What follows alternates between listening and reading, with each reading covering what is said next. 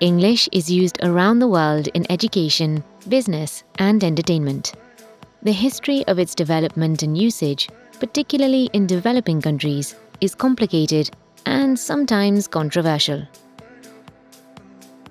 Our publication, Dreams and Realities, Developing Countries and the English Language, contains a selection of chapters about people's experiences of English language policy and projects from around the world. Let's take a quick tour to discover what some of the authors have learned from their research in very different environments. Our first stop is in sub-Saharan Africa, with examples from Malawi, Rwanda, and Zambia. Eddie Williams shows how important it is to teach in the most appropriate language in a particular context, and how the choice of language can affect educational results. For instance, his research in Rwanda, using local languages can improve educational performance. And that English is best taught as a separate subject. Moving across the ocean to India, Ramanujam Meghanathan sees English as positive, but on the condition that everyone shares ownership of the language. It is not seen only as a language of so-called native speakers and elites. He suggests it is necessary to continue improving the quality of English instruction in schools for everyone, not just those who can afford private education. Moving on to Indonesia, Hwyel Coleman shows that when the government supports English medium schools with more money, the number of these schools increases, but national schools get less help. There are now many more English medium schools in Indonesia, which has created an English-speaking elite. This can cause social divisions and teachers can feel stressed about teaching in English.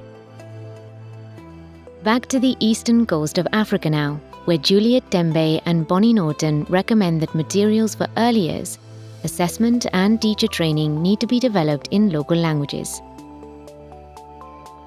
They went to see how urban and rural communities feel about education in English or other local and regional languages in Uganda.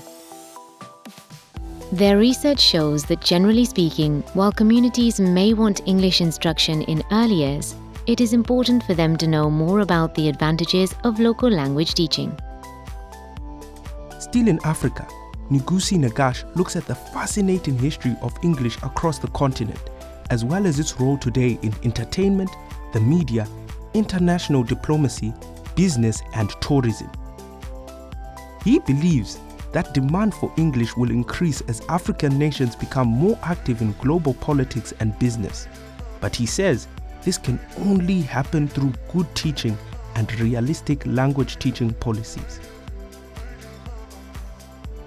In Eritrea, Haile Mariam, Ogbay, and White tell us that 20% of Eritreans live abroad.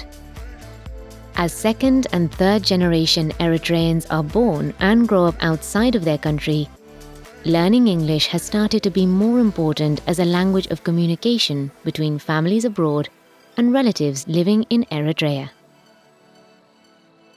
Jumping across to Pakistan, Fawzia Shamim describes how students who go to elite English medium schools have advantages over most students who attend Urdu medium institutions. In a survey of English language teaching in universities, she found a strong relationship between socio-economic status and English ability.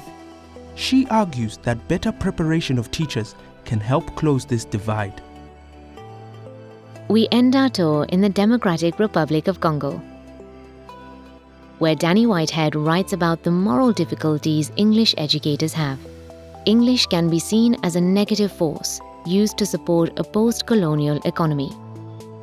But his research also shows it can bring good. Whitehead argues that English programs can encourage local people to use English and home languages together for new ways of critical thinking and discussion.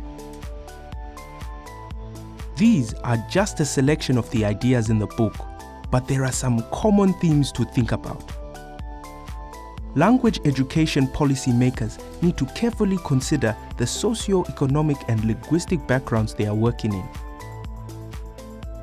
English can be a force for good, but can also be responsible for creating or perpetuating inequalities in some contexts. English language teaching-focused change projects need realistic long-term planning and clear ways to evaluate their results. We hope you have found this quick introduction to dreams and realities, developing countries and the English language interesting. Download the full publication from our Teaching English website to find out more.